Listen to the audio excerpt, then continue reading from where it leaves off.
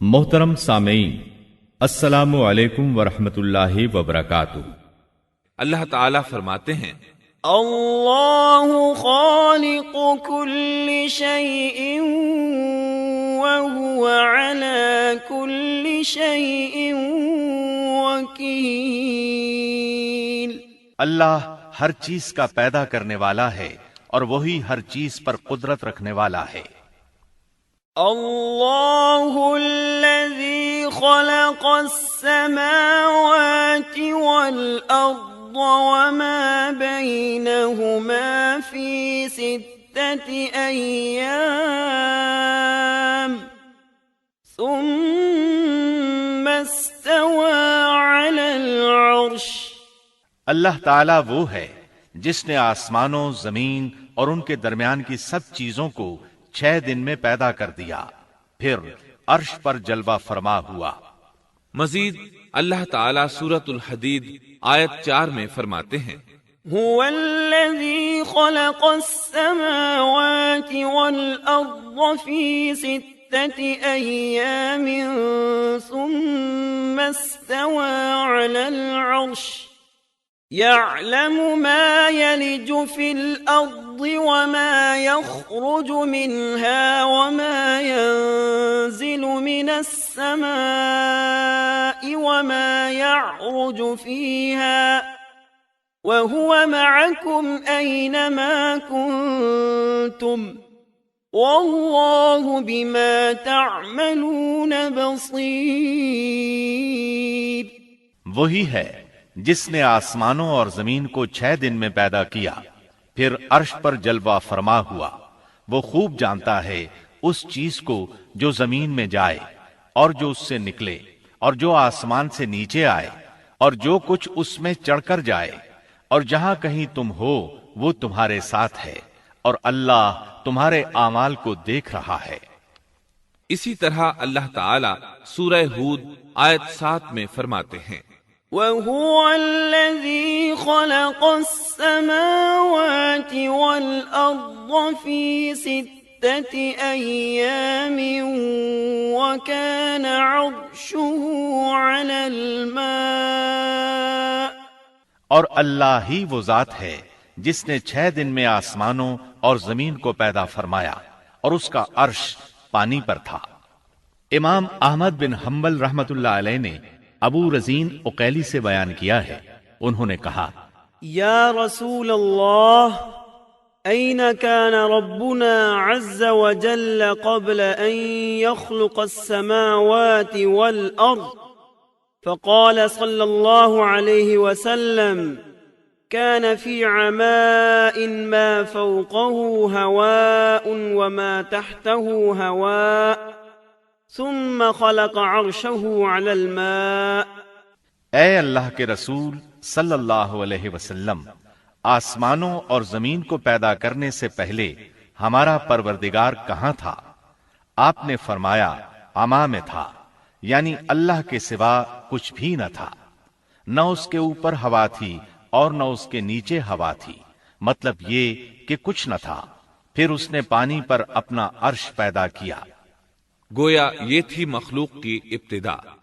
امام احمد، امام ترمذی، امام ابو داود اور بہت سے دوسرے محدثین رحمہم اللہ نے سیدنا عبادہ بن صامت رضی اللہ عنہ کی روایت بیان کی ہے۔ وہ کہتے ہیں سمعت رسول اللہ صلی اللہ علیہ وسلم يقول ان اول ما خلق اللہ تبارک وتعالى القلم ثم قال له اكتب فجرى في تلك الساعة بما هو كائن إلى يوم القيامة۔ میں نے رسول اکرم صلی اللہ علیہ وسلم کو فرماتے ہوئے سنا، آپ فرما رہے تھے بلا شبہ اللہ نے سب سے پہلے قلم کو پیدا کیا، پھر اللہ نے اس کو حکم دیا لکھ، چنانچہ وہ اسی وقت چل پڑا اور قیامت کے دن تک ہونے والی ہر چیز لکھ دی۔ یہ اللہ تعالی کا علم تھا جس کو قلم نے اس کے حکم کے مطابق لوح محفوظ پر لکھا۔ امام مسلم رحمت اللہ علیہ نے سیدنا عبداللہ بن عمرو بن عاص رضی اللہ عنہما کی روایت بیان کی ہے۔ اس میں سب سے پہلی چیز کے بارے میں وضاحت کی ہے، اور جمہور فقہا کی رائے بھی یہی ہے۔ عبداللہ بن عمرو رضی اللہ عنہما بیان کرتے ہیں، سمعت رسول اللہ صلی اللہ علیہ وسلم يقول كتب الله مقادير الخلائق قبل أن يخلق السماوات والأرض ب50,000 سنة قال وعرشه على الماء۔ میں نے سنا آپ فرما رہے تھے، اللہ تعالیٰ نے آسمان و زمین کی پیدائش سے 50,000 سال پہلے تمام مخلوقات کی تقدیریں لکھ دیں، اور اس وقت اس کا عرش پانی پر تھا۔ اس حدیث مبارک سے واضح ہو گیا کہ سب سے پہلے پانی اور پھر پانی پر عرش پیدا کیا گیا، پھر قلم کی پیدائش ہوئی، اس نے تقدیر تحریر کی، پھر آسمان اور زمین کی تخلیق ہوئی۔ اور جس حدیث میں آیا ہے کہ ابتدا میں قلم کو پیدا کیا گیا، اس کا مطلب یہ ہے کہ اس جہان کی مخلوقات میں سب سے پہلے اس کا نمبر ہے، نہ کہ باقی تمام جہانوں کی مخلوقات میں پہلا نمبر ہے، اور اس کا تذکرہ بخاری شریف کی اس حدیث میں ہے۔ قال أهل اليمن لرسول الله صلى الله عليه وسلم جئناك لنتفقه في الدين وليسألك عن أول هذا الأمر ما كان قال كان الله ولم يكن شيء قبله وكان عرشه على الماء وكتب في الذكر كل شيء وخلق السماوات والأرض۔ یمن سے آئے ہوئے ایک وفد نے رسول اللہ صلی اللہ علیہ وسلم سے کہا، ہم آپ کے پاس دین کی سمجھ اور ابتدائی خلق کے بارے میں پوچھنے کے لیے آئے ہیں، یہ کہ سب سے پہلے کیا چیز تھی؟ آپ نے فرمایا اللہ تھا، اس سے پہلے کوئی چیز نہ تھی، اس کا عرش پانی پر تھا، پھر اس نے لوح محفوظ پر ہر چیز لکھ دی اور آسمان اور زمین کو پیدا کیا، یعنی ابتدا میں پانی پر عرش کی تخلیق ہوئی، پھر قلم کی پیدائش ہوئی، اس نے سب کچھ لکھ دیا۔ علماء کرام کا بیان ہے، قلم کے فوراً بعد لوح محفوظ کو پیدا کیا گیا، چنانچہ قلم نے لوح محفوظ میں ہر چیز لکھ دی۔ اس کے بعد کائنات کی باقی مخلوقات اور آسمان و زمین کی پیدائش معرض وجود میں آتی گئی۔ اشیاء کی پیدائش والی ترتیب میں علماء کرام کے کئی اقوال ہیں، اور ہم نے آپ کے سامنے جمہور علماء اور فقہا کی پسندیدہ اور راجح ترتیب پیش کی ہے۔ آسمان اور زمین کی مخلوقات کی ترتیب کیا ہے، اس بارے میں امام مسلم رحمت اللہ علیہ نے سیدنا ابو ہریرہ رضی اللہ عنہ کی روایت پیش کی ہے۔ وہ کہتے ہیں، أخذ رسول الله صلى الله عليه وسلم بيدي فقال خلق الله عز وجل التربة يوم السبت وخلق فيها الجبال يوم الأحد وخلق الشجر يوم الاثنين وخلق المكروه يوم الثلاثاء وخلق النور يوم الأربعاء وبث فيها الدواب يوم الخميس وخلق آدم عليه السلام بعد العصر من يوم الجمعة في آخر الخلق في آخر ساعة من ساعات الجمعة فيما بين العصر إلى الليل۔ نبی اکرم صلی اللہ علیہ وسلم نے میرا ہاتھ پکڑا اور فرمایا، اللہ تعالیٰ نے ہفتے کے دن مٹی کو پیدا کیا، اتوار کے دن زمین میں پہاڑ، پیر کے دن درخت، منگل کے دن تکالیف، مصائب، جراثیم اور بیماریاں، بدھ کے دن نور کو، جمعرات کے دن زمین میں چوپایوں کو پھیلا دیا، اور تمام مخلوقات میں جمعے کے دن کی آخری گھڑیوں یعنی عصر سے رات کے درمیان میں آدم علیہ السلام کو پیدا کیا۔ مطلب یہ کہ ابتدائے آفرینش میں جن مخلوقات کی تخلیق ہوئی ان میں سے آخری مخلوق انسان تھا۔ اس حدیث میں مختلف حالات کو نہایت وضاحت سے بیان کیا گیا ہے۔ اس سے بخوبی پتہ چل گیا کہ ابتدائی مخلوقات کی ترتیب کیا تھی۔ ان میں سے آخری نمبر آدم علیہ السلام کا تھا، جبکہ آدم علیہ السلام نسل انسانی میں سب سے پہلے اور تمام انسانوں کے باپ ہیں۔ انسانوں سے پہلے فرشتے اور جن پیدا ہو چکے تھے۔ صاحب عقل مخلوقات میں سب سے پہلا نمبر فرشتوں کا، دوسرا نمبر جنوں کا اور آخری نمبر انسانوں کا ہے۔ فرشتوں کا اصل ٹھکانہ آسمان ہے۔ اللہ تعالی سورۃ الشورى آیت 5 میں فرماتے ہیں تكاد السماوات يتفطرن من فوقهن والملائكة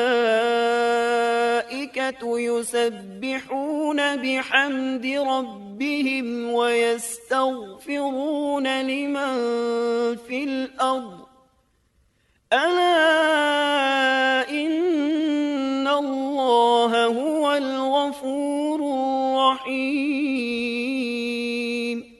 قریب ہے کہ آسمان اپنے اوپر سے پھٹ پڑے اور تمام فرشتے اپنے رب کی تسبیح اور تحمید بیان کر رہے ہیں اور زمین والوں کے لیے استغفار کر رہے ہیں۔ خبردار، اللہ تعالی معاف کرنے والا، رحمت کرنے والا ہے۔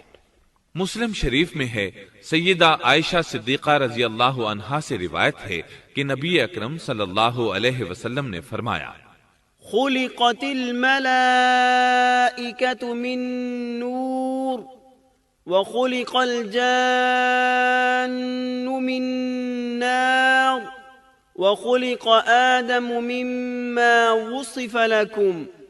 فرشتوں کو نور سے اور جنوں کو آگ سے پیدا کیا گیا اور آدم کو اس چیز سے پیدا کیا گیا جو تمہارے لیے بیان کر دی گئی، یعنی مٹی سے۔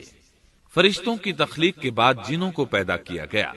جنوں کو بھی انسانوں سے پہلے پیدا کیا گیا تھا، جیسا کہ اللہ تعالی سورۃ الحجر آیت 27 میں فرماتے ہیں، وَالْجَانَّ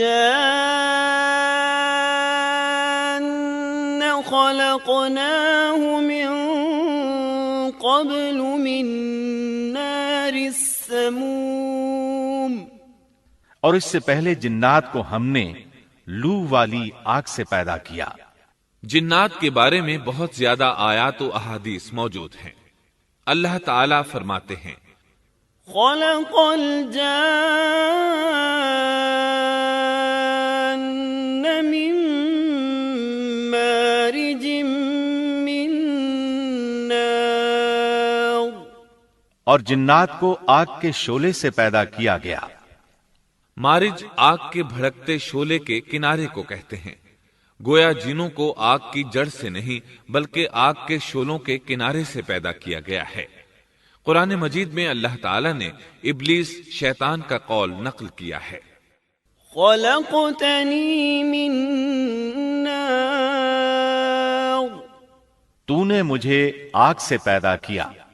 اسی طرح پہلے بھی بیان ہو چکا ہے کہ اللہ نے فرمایا، وَالْجَانَّ خَلَقْنَاهُ مِن قَبْلُ مِن نَّارِ السَّمُومِ۔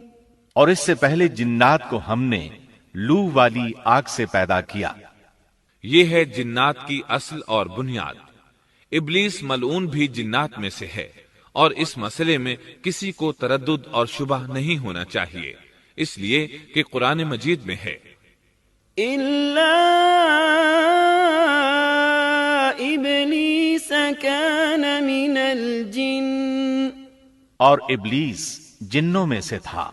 مطلب یہ کہ وہ فرشتوں میں سے نہیں تھا۔ حسن بصری رحمت اللہ علیہ فرماتے ہیں، وہ پلک جھپکنے کے برابر بھی فرشتوں کی جنس میں داخل نہیں ہوا، اور نہ ہی وہ کبھی فرشتوں میں شمار ہوا ہے۔ وہ جنات میں سے ہے کیونکہ اس نے خود اقرار کیا تھا، خلقتنی من نار۔ اے اللہ، تو نے مجھے آگ سے پیدا کیا ہے۔ اگر یہ فرشتہ ہوتا تو اس وقت کہتا، اے اللہ، تو نے مجھے نور سے پیدا کیا ہے۔ اس لیے ابلیس کا جن ہونا روز روشن کی طرح عیاں ہے۔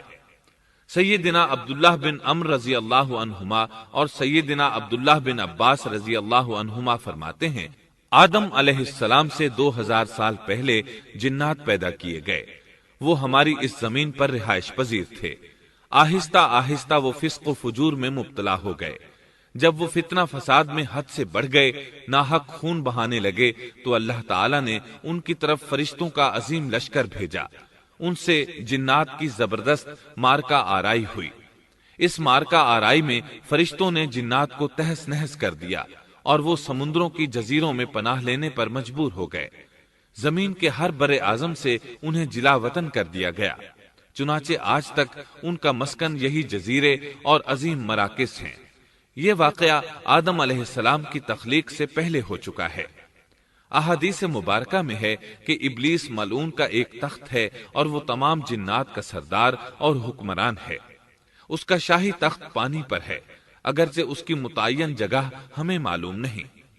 یہاں تک ذکر تھا سیدنا آدم علیہ السلام کی پیدائش سے پہلے کا۔